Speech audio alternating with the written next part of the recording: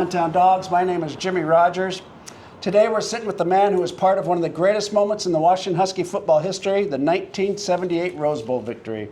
But what I love about Cliff Bethea's story is that football is only one chapter. He coached at the University of Washington. He continued his education at the University of Washington School of Art. He worked, built, taught, coached, and eventually retired from Boeing after 20 years. And today he stands as something even more unique, a surrealist artist.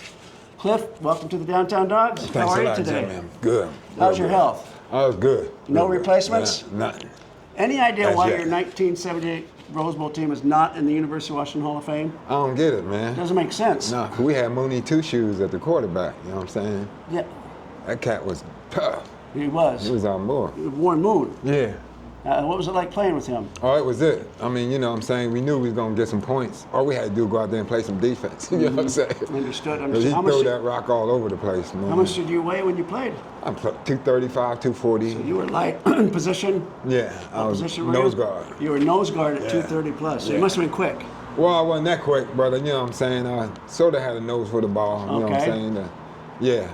Plus, I had Dave Brownlee on one side and Doug Martin on the That other. doesn't hurt. That doesn't hurt. Nah. We had Ronnie Holmes up front, and Amber and Kakowski and Freddie and Reggie. Yeah, it's good to be a Reggie, safety Roger. on that team. And when a safety leads the team in tackles, that's not good.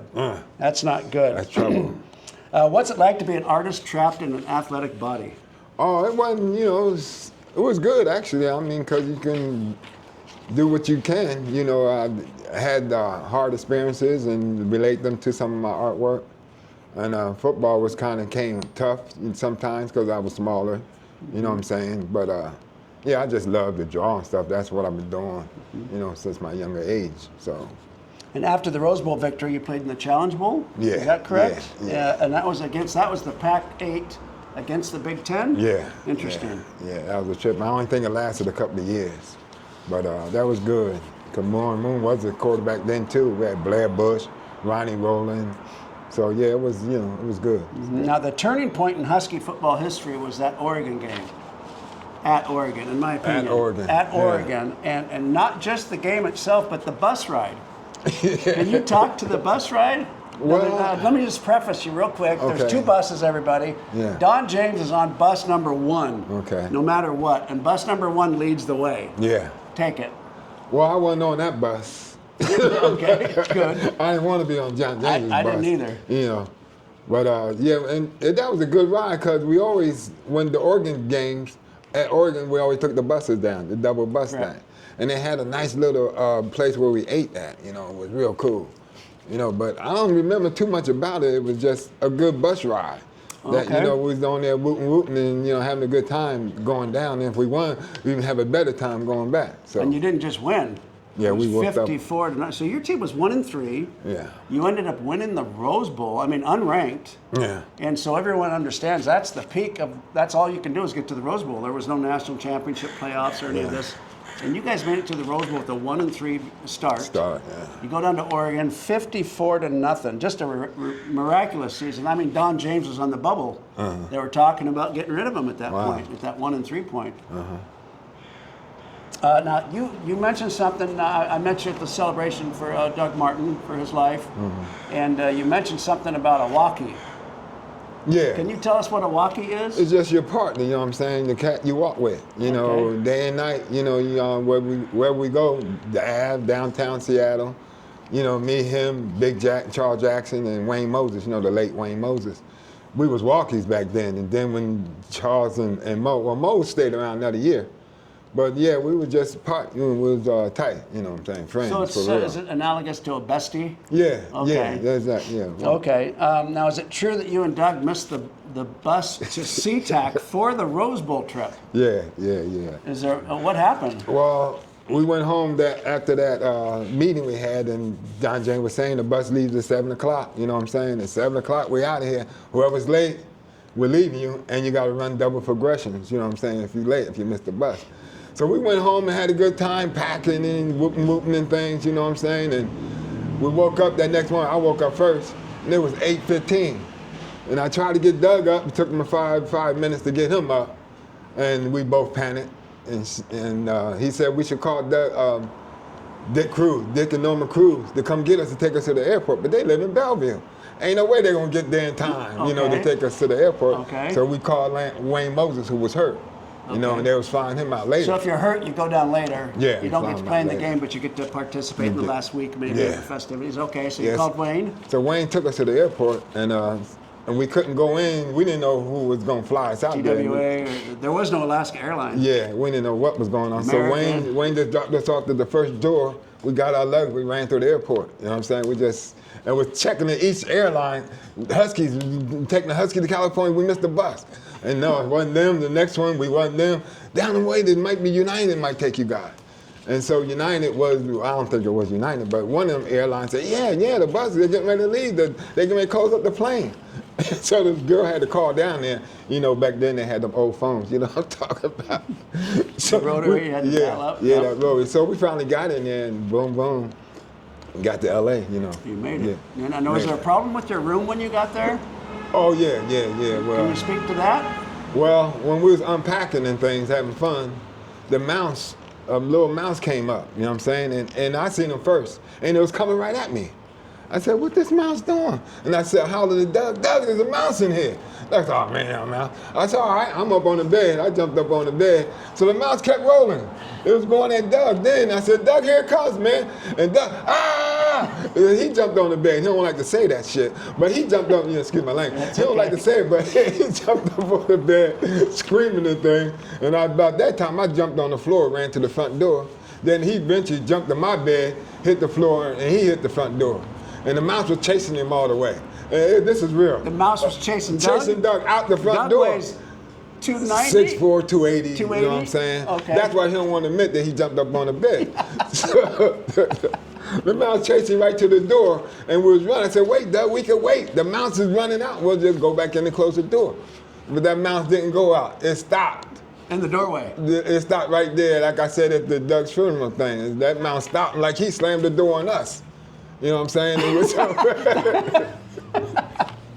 So we went to the front, you know, and got a new room and all that. Got a new room, it was okay? Yeah, it was all right. It was okay. Then Coach Moore helped you with the Seahawk tryout, is that correct? Yeah, he had me ready to go. And the week before, I guess they signed somebody, and boom, it fell through. But he did all he could, you know what I'm saying? I love coaching Jim Moore. That was my favorite coach of all. He was one of the original Mohicans. Yeah, Jim Moore was, he was something else. You went back to the University of Washington as a student assistant coach. Yeah. And did coaching teach you anything that playing did not teach you? No, because I had to deal with Stafford Mays and Mark Drew. I was coaching them two guys, because they was nose guards, you know. And, it was just a different coaching than playing. What really I saw was me them guys being out there. And I used to say, damn, I used to do that. I mean, them cats, you know, that was some hard hitting jumping off, you know what I'm saying? I said, damn, I used to be out there doing that. Damn, how'd I do that? So in your opinion, Cliff, was Tuesdays and Wednesdays more violent than Saturdays? Well, yeah, practicing, yeah. Yeah, practicing was, now they don't hit. That's Not crazy. even in the game. Crazy.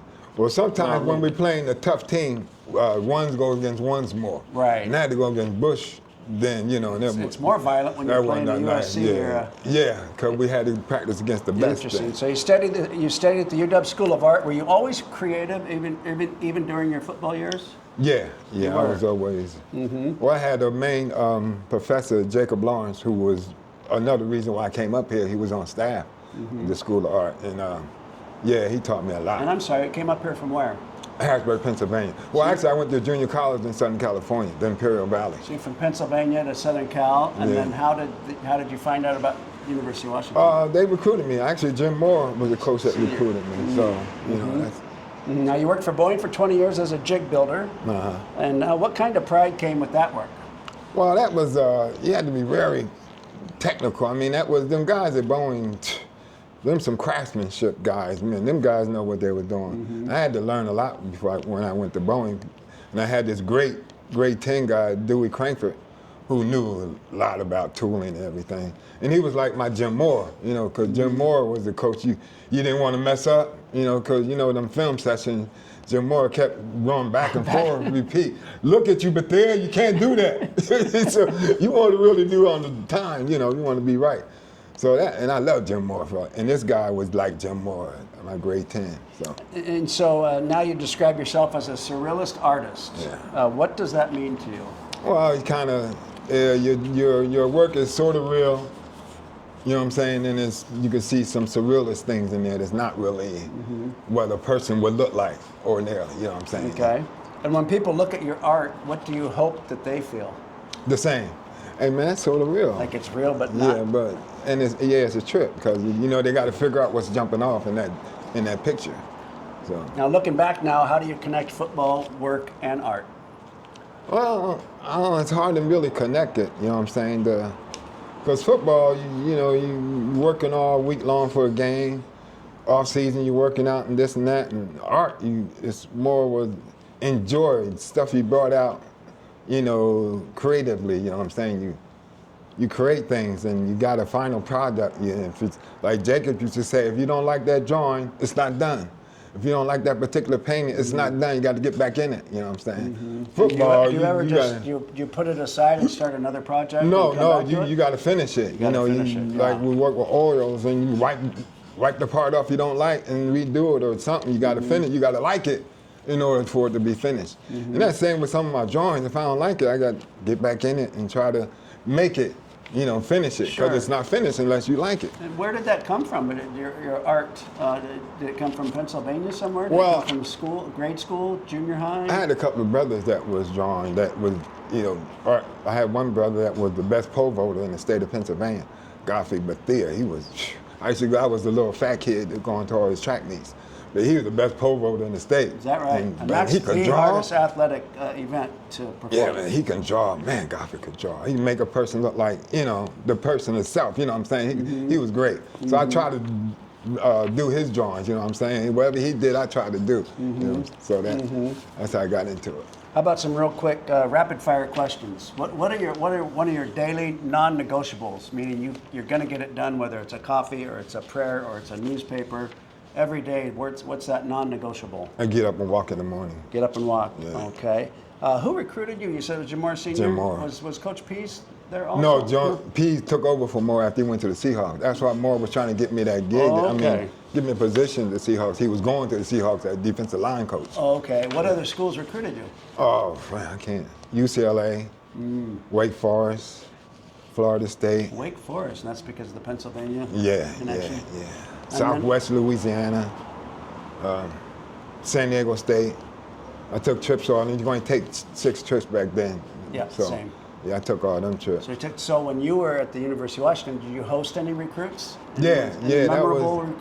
Yeah, we host Stafford Mays. Doug Martin he already took me when he had another recruit. Vince Colby, him and this guy named Sugar Bear, we recruited. Ronnie Rowland, I don't know. No, Ronnie Rowland was there with me. It was Tucson. Tucson. Yeah, Tucson Town. Yeah. TNT, they called me back then. Yeah. But when I came up here, Warren Moon was my host athlete. Okay. And he was talking to you a couple of years ago about being a host, and he took me out to burgers and things. Okay. That's how he kept the money. That's how he kept all that money.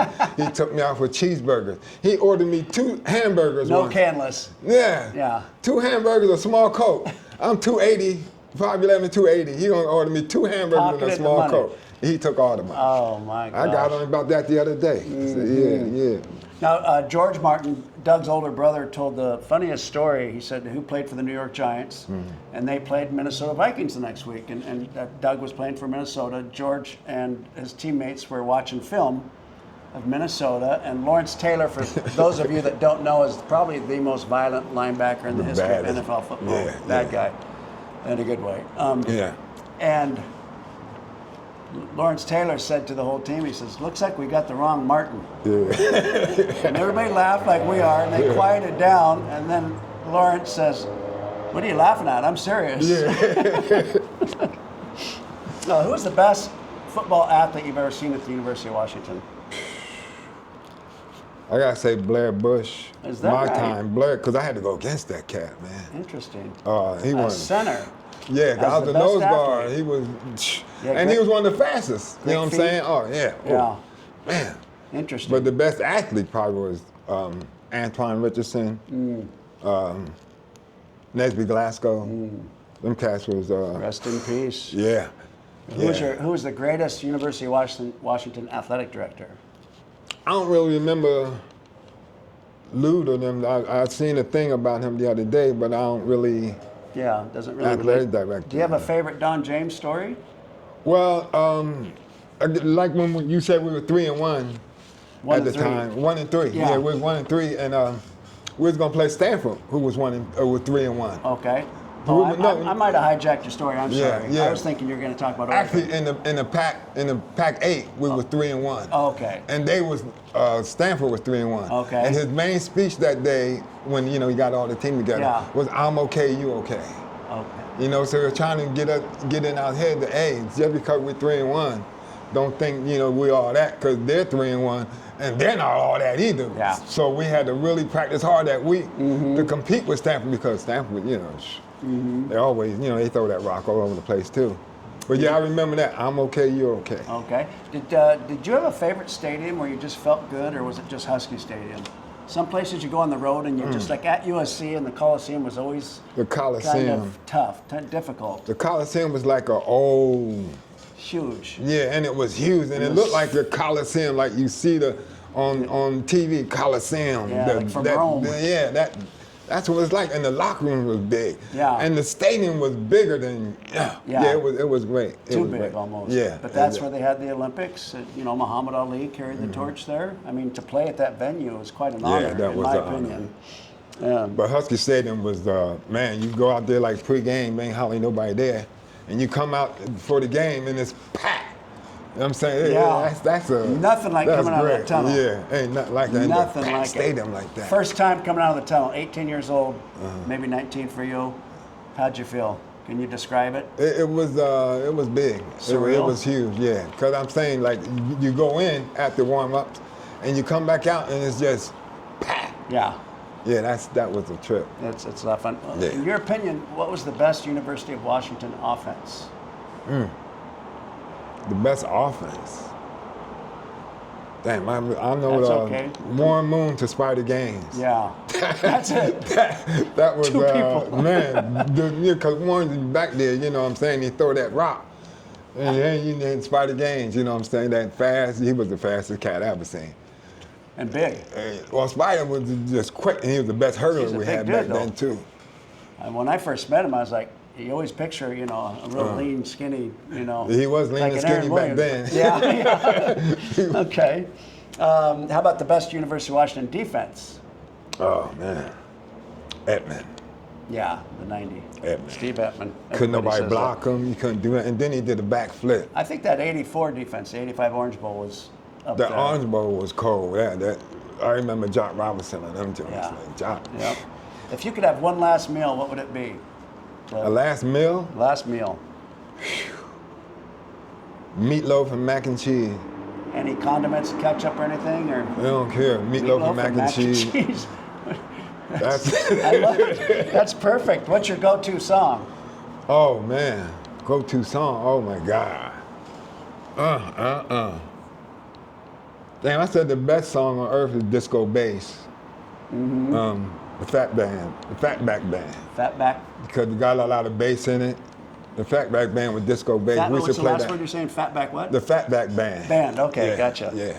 Gotcha. A lot of bass. Yeah, that was my joint. Do you remember your first concert? At the Kingdom, Earth, Wind and Fire turned it out. Fantastic. 70s. It was like that, but we worked. I remember most of the team worked at Right. was one concert. What was that guy's name?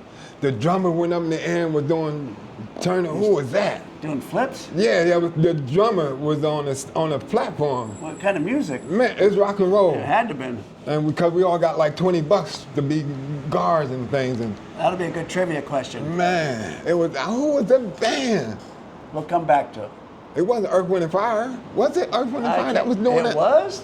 I don't. The drummer was doing flips from Earth, Wind, and This Fire. little cat with a black suit on. I can't wait to check that. You remember do you remember your first movie? The first movie. Like Jaws or No, I remember Jaws came out when I was in junior college. something earlier then? Yeah, when I was down in Cali, we couldn't afford to go see it. It was at a drive-in. Yeah, that was a trip. Damn, I don't remember my first movie. How about your biggest fear? Water, heights? Water. Being Water. on a big ship, a cruise ship. We were just talking about that. I'll You never, took a cruise? ever. No, I would never. I never will either. Ever. Doesn't no. make sense. No, because somebody gonna hit me and knock me Yeah. overboard. If everything Just goes by right, accident. if everything goes perfect, you go out and come back. Yeah. One thing goes wrong, it's the Yeah, Poseidon out there. Adventure. Yeah, not me. I saw that movie and never. Yeah. I don't We're wanna just talking about that Tom Hanks joint.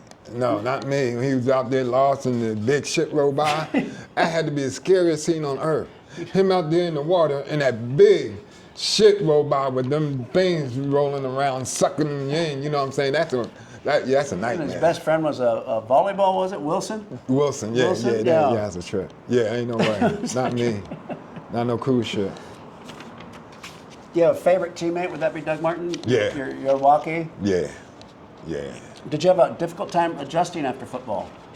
Well, you know what I'm saying? It was, I went right back to school and was coaching, you know what I'm saying? So it was like, you know, that's what it was. You know, Yeah. you had to do what you had to do. Mm-hmm. You know, my dad was a preacher. He said, well, that's one cut out for you. God didn't have you to go to pros. So, you know, you got to admit what you're going to do and boom, get into it.